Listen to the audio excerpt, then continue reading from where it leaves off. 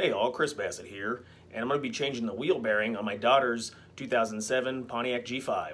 Let's get into it. Start by removing the hubcap if you have one. You can either use a tire iron or a 12mm socket. I like to break the lug nuts loose before I jack the car off the ground.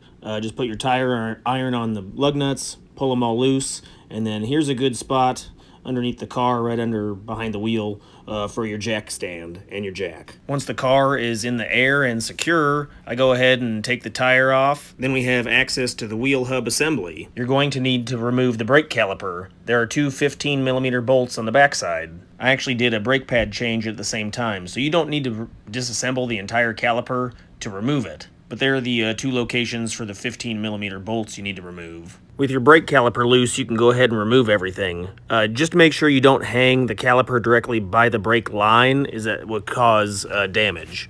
Remove your rotor, and then you have access to the axle nut. Your axle nut is 30mm. I actually broke two different sockets while trying to do this, so I'd recommend buying a breaker bar for this or a long pipe.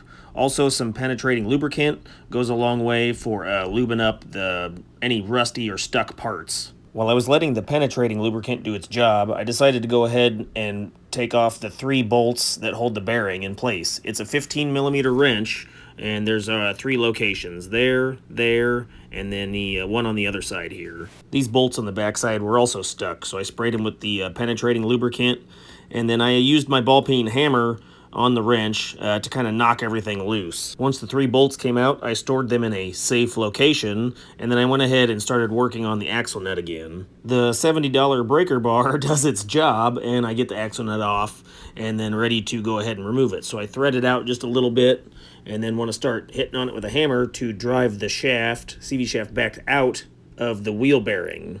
You want to hit the nut itself and not the actual shaft. You want to ding up any of the threads. You could also put a piece of wood here or some other barrier. I'm in a hurry because it's hot outside, so we're just going to smack the nut until the shaft comes out.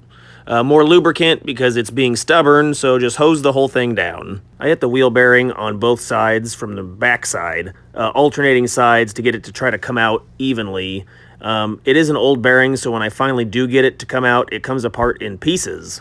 Whoops, I forgot to take the nut off. Hey, so don't do that. But yeah, the bearing it pops out along with like half of its guts are still inside. So be mindful of this gasket or this spacer. The tab goes to the inside of the vehicle. Here's the new wheel bearing. The two big things to be mindful of when shopping is how many lugs you have, whether it's a 4 or a 5 lug. Mine's a 5 lug.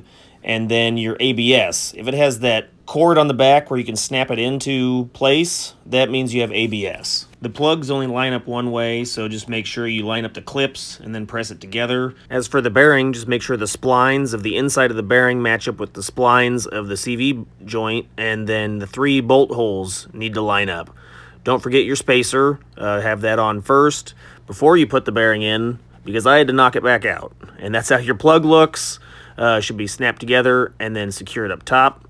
So you got the 3 holes lined up, and then you don't forget this washer that came off of your wheel bearing. Put that in, and then your axle nut. Once you get all the parts assembled, it's just a matter of tightening things down. Don't forget in the back on your 3 bolts, you want to tighten things down evenly. So do a couple turns on that bolt, switch bolts, then switch bolts. The idea is to pull in the bearing equally. When you go to put your axle nut on, it has a torque specification at 155 foot-pounds. That's what I found online, so hopefully if anybody knows better, go ahead and throw that in the comments. Hey, check out this other video over here. There's an Amazon link for the parts and the tools that I used, so check that out. Use that link, it'll help support the channel, no extra cost to you. If you have any questions or comments, put down below. Thanks.